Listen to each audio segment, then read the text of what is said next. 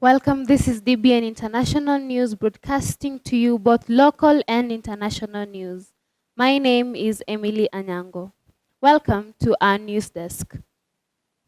To our local news, it's not been long since the Prime Minister Raila Odinga went abroad for surgery. The Mombasa Governor Ali Hassan Joho says the Orange Democratic Movement ODM party leader Raila Odinga is recuperating well after undergoing surgery abroad. The governor, who is also the ODM deputy party chairman, expressed confidence that the former prime minister will be back on his feet in no time and return to the country.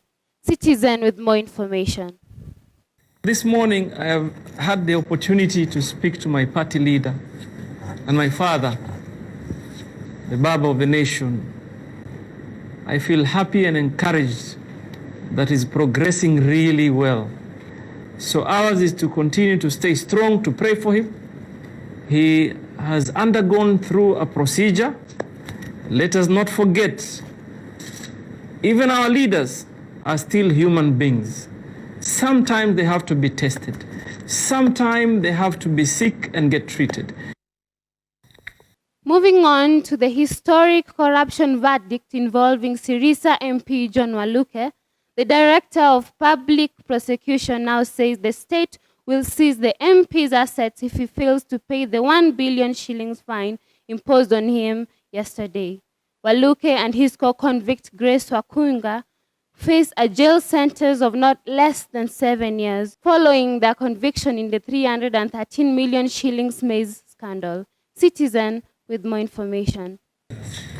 The landmark verdict on the Sirisia MP and his co-accused Grace Wahungu was widely applauded across the country.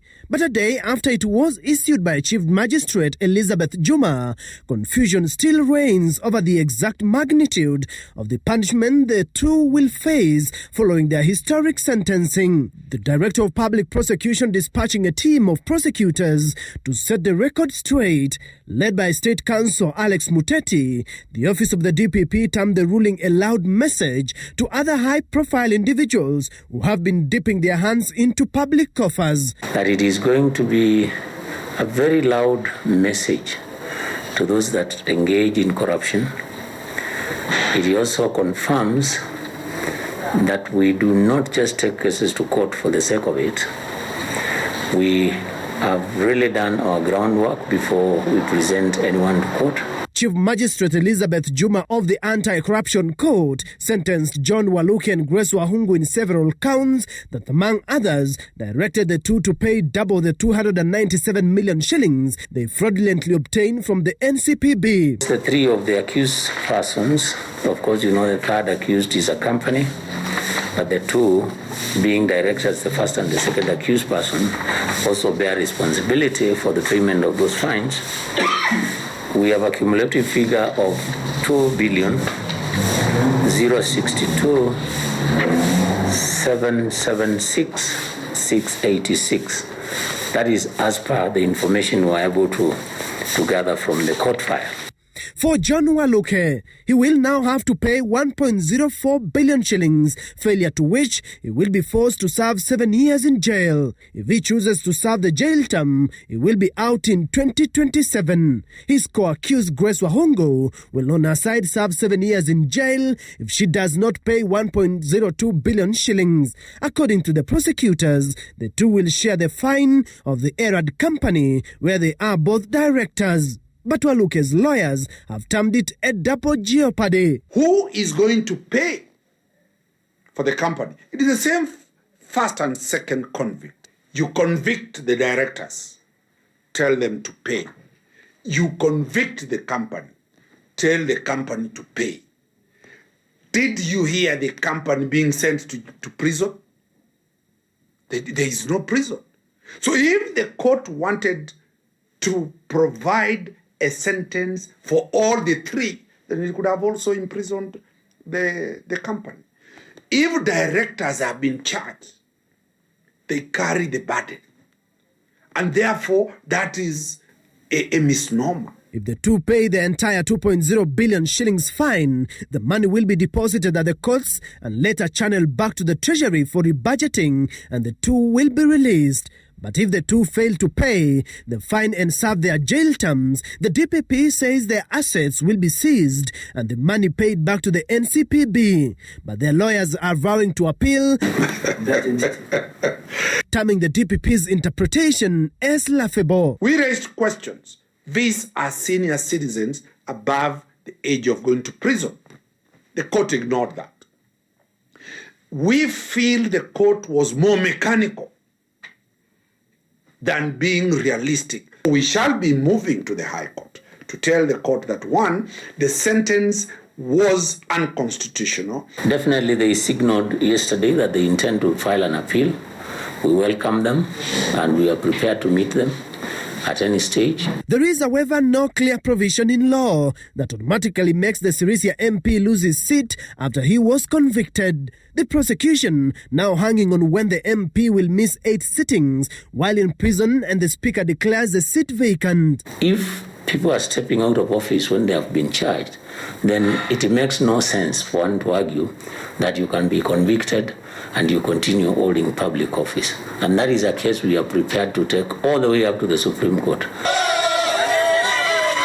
Back in his backyard of Sirisia, Waluke supporters poured their anger to the streets, protesting the ruling, saying it was too harsh for the lawmaker. A melee that saw local politician Moses Nandalwe's vehicle destroyed in Sirisia Market, forcing the police to lob tear gas canisters to disperse the rowdy demonstrators. Hata tunataka tu saa hizi watupe pay bill. Changia mtu wetu.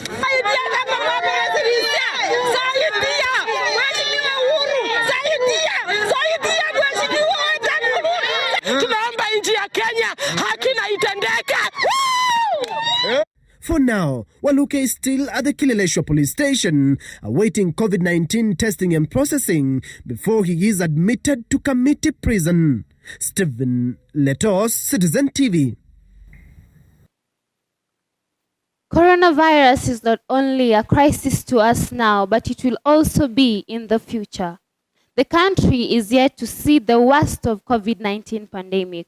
Central Bank Governor Patrick Njoroge says it is still too early to ascertain the exact impact of the crisis on the economy.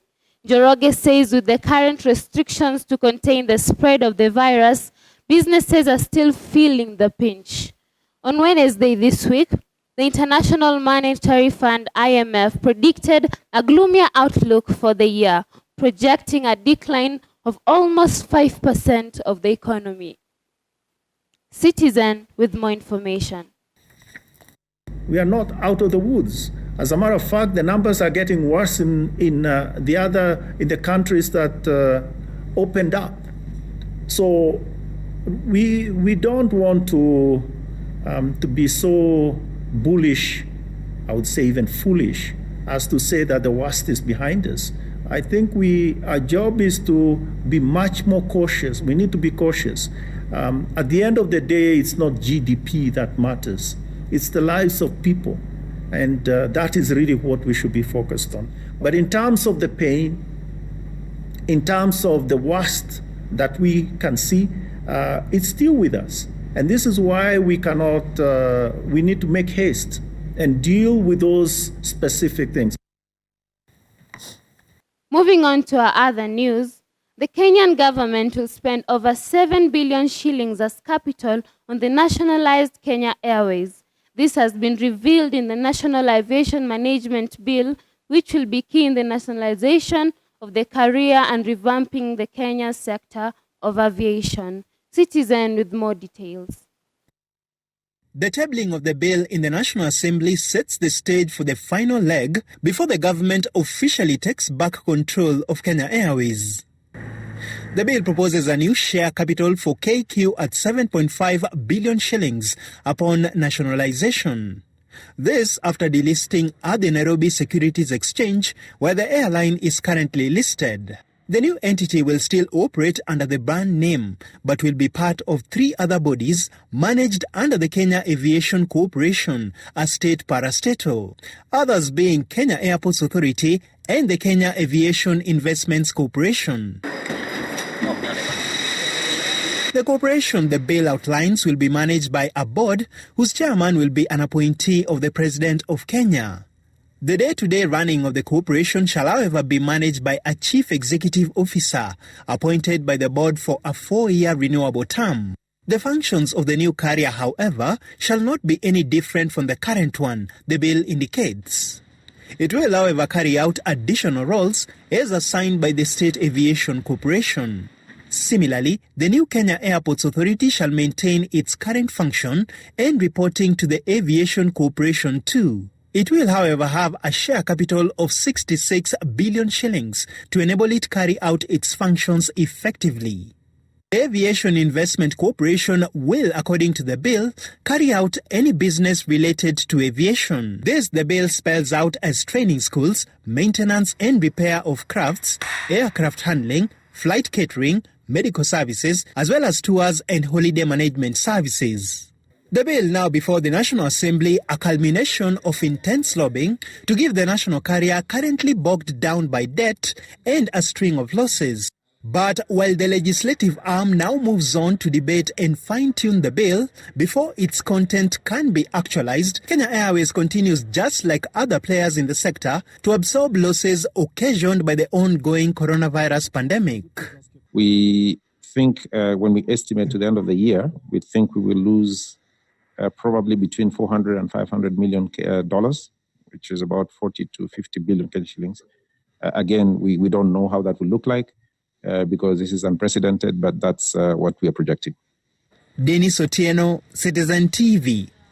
With many businesses waiting to open, the Kenya Airways is also hoping for takeoff. KQ hopes to fly in July as passenger flights still are grounded. Haitian with more information.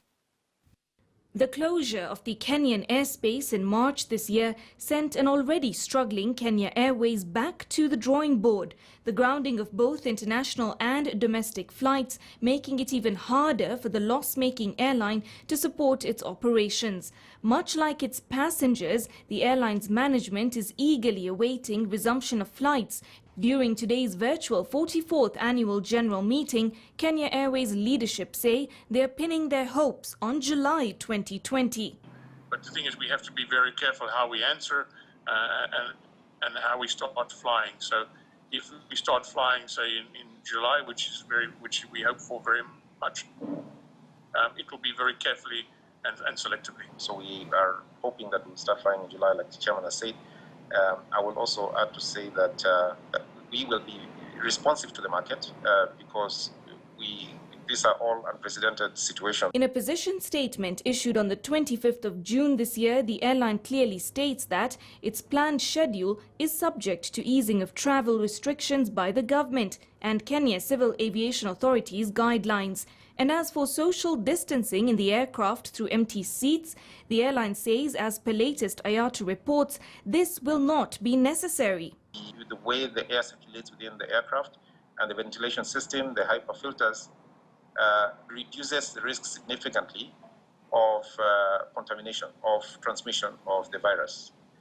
And so we, as IATA and also as Kenya Airways, will not be doing the physical distancing on aircraft because that we are going to introduce measures that will reduce the risk of transmission. Kenya Airways is hemorrhaging money at the moment with billions lost over inoperability. Our estimates is that since January to date, we probably lost, in terms of revenue, around about $100 million, in excess of $100 million, which is about 10 billion Kenya shillings. We think when we estimate to the end of the year, we think we will lose probably between 400 and 500 million dollars, which is about 40 to 50 billion shillings. All eyes remain on the president's next directive, which will indicate whether or not travel restrictions will be lifted. Moving on to our international news. In the presidential rerun in Malawi, Malawi's opposition candidate Lazarus Chakwera has claimed victory in the rerun of last year's presidential election. Early results have put him ahead of the incumbent Peter Mudaka. Al Jazeera with more information.